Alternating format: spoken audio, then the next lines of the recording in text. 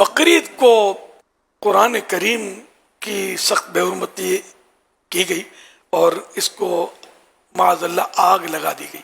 ساری دنیا میں مطلب اس پر احتجاج ہوئے اور جاری ہے غالباً اب بھی. مطلب ہے کہ لوگ اپنے اپنے جذبات کا اظہار کر رہے ہیں.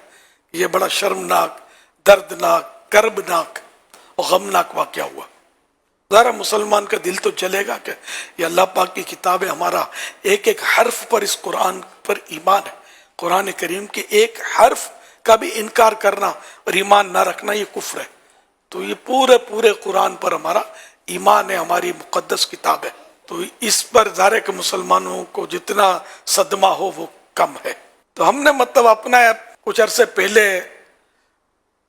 بھی ایک شرارتی خاکے کے تعلق سے ہم نے فیضان جمال مصطفیٰ مساجد کی تعمیر کا اعلان کیا تھا اور بنی بھی کافی بنی ہے الحمدللہ. تو اس بار یہ ذہن بنایا کہ انشاءاللہ دعوت اسلامی کی مجلس خدام المساجد دنیا بھر میں بنام فیضان قرآن 540 مسجدیں بنائے گی. یہ قرآن کریم میں 540 رکوع ہیں یہ بنائے گی عاشقان قرآن کے تعاون سے. تو عاشقان قرآن اب میدان میں آئے اور پیغامات بھیجیں کہ ہم بنائیں گے.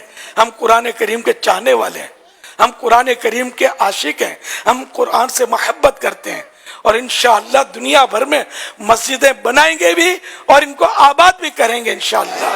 فیضان قرآن انشاءاللہ الکریم.